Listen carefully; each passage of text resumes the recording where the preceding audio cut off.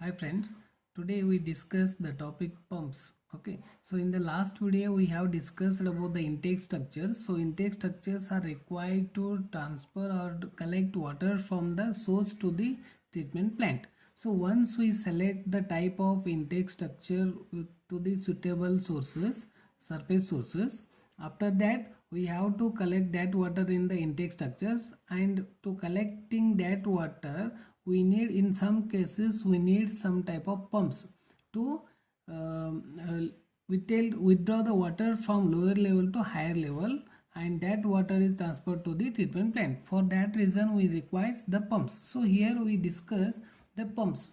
Okay, the function of pump is the function of pump is to leave the water or any type of fluid from lower level to the higher level. At higher elevation we are going to transport the water, okay, and at high pressure also.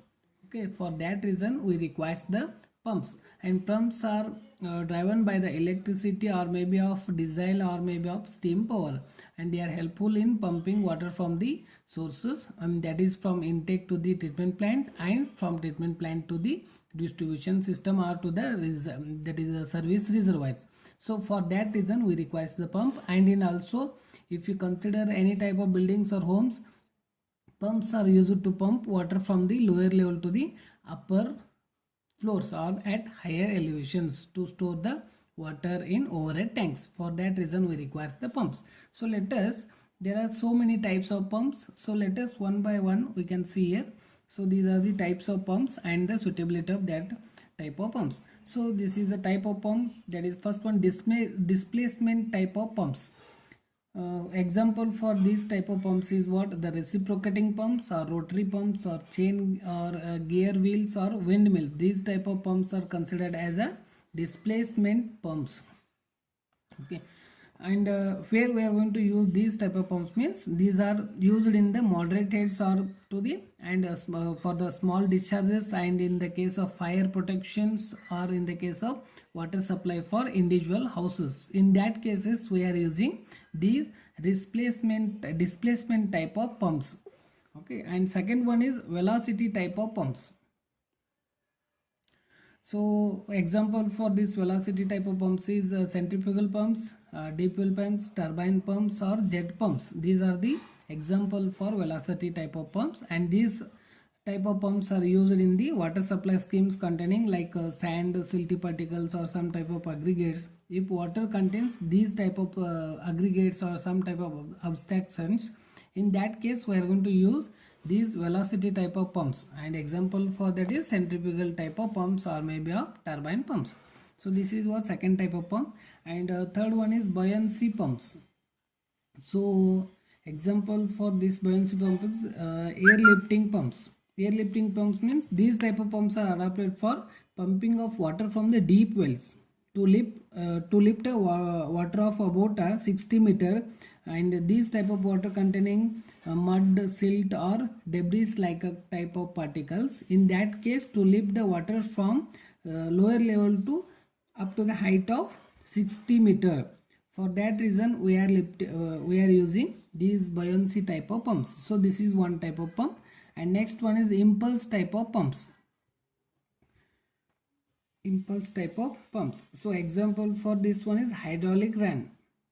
So, and hydraulic rams are used in smaller water supply projects, and in the, that is water supply schemes, and to lift the water from at a height of 30 meter and or so.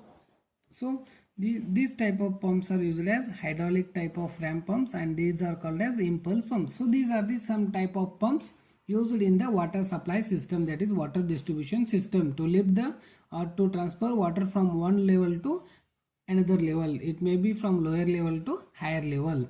So this is what the type of pumps. And let us we start one that is one pump, that is a velocity type of pumps we are going to use in the water supply system in most cases for the water supply schemes. It may be a large projects or it may be a small projects. So centrifugal pump is a type of pumps we are going to use in the water supply schemes. Let us we start the centrifugal pump. Okay,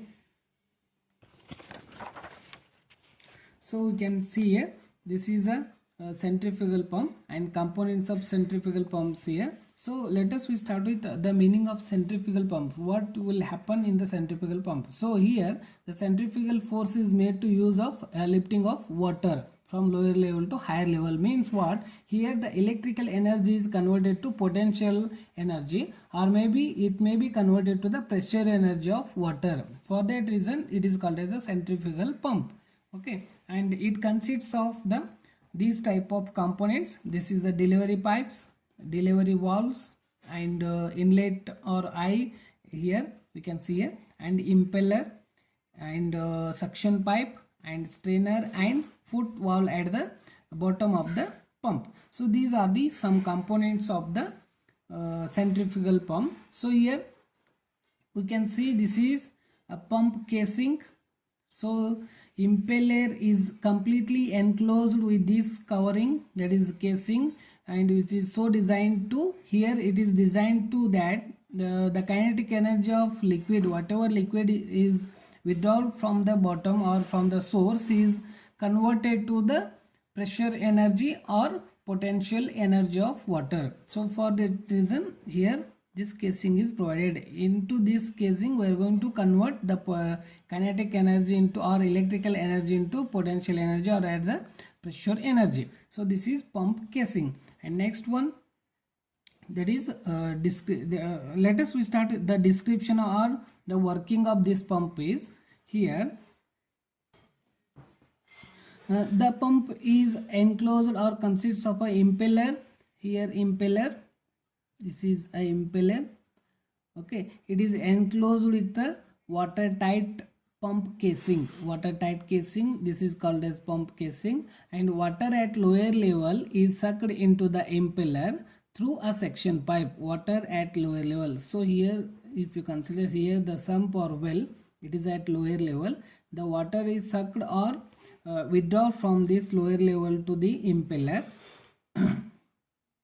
And the suction pipe should be airtight. This suction pipe should be airtight, and bends are avoided from this suction pipe. Bends are not provided in the suction pipe. And a strainer or a foot valve is provided or connected at the bottom of the suction pipe to prevent the entry of foreign materials like, or foreign matters like debris, sand particles, any type of foreign material can be prevented.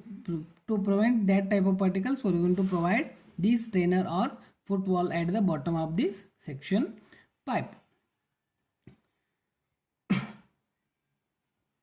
Is provided here. And and also to hold the water from during pumping, means when we start the withdrawing of water from the sump or well, this can hold, or this can withhold water from some period of time during the pumping. Okay, and the suction pipe is kept larger in diameter. This suction pipe should be larger than this outlet or this inlet pipe. Okay, and this should be the diameter of this suction pipe is greater than this inlet pipe. Okay, and the whatever losses due to friction or some type of cavitation may be reduced because of the providing of the larger diameter of suction pipe. So for that reason we keep the diameter of the suction pipe as larger than this inlet pipe. Okay, and an electric motor is coupled to the central shaft, to this shaft, so that we can withdraw the water, so that we can impart energy into this impeller, so that we can withdraw water from lower level to higher level. And when impeller starts rotating, it creates a reduction of pressure at this eye. At this eye it will reduce the pressure, so that the suction pipe will withdraw the water into this impeller, and this can introduce water into the outlet pipe, and this can be controlled by the delivery valve, and that can be delivered through the delivery pipe to the treatment plant or to the distribution system. So this is what the working, maintenance and construction of the centrifugal pump. Okay. Next, some type of preventive measures in this centrifugal pump. So let us see that. That is preventive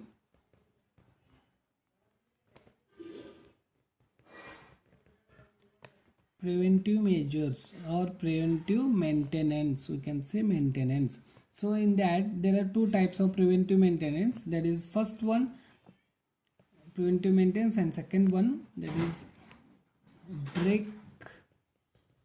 breakdown maintenance. So these are the two types of maintenance we are going to accomplish in this centrifugal pump. So what do you mean by preventive measures? So preventive measure means what? It locates the source of trouble and it keep the equipment in good operating condition, and it involves that is oiling, greasing of that is stopping boxes, or maybe of that observing the temperature of the motor, that can be controlled, or that can measures, or that can of maintenance can be called as the preventive measures. And second one, breakdown type of measures means it involves the replacement of worn out components and also the testing of the that is testing of the pump, that are all come into this breakdown type of maintenance. And the sufficient amount of spares of impellers or bearings, or maybe of slip rings or brushes, that is starter, gland piping, greases, these are all come into this breakdown type of maintenance. So this is what the working, construction and the operation, that is maintenance of the centrifugal pumps. Let us in the next video we can see the numericals on this working of the pumps, depending upon the quantity of water withdraw from the source and depending upon the height, that is lifting of the water. So that once we start that numericals means we are going to understand the complete working condition or working nature of the centrifugal pump.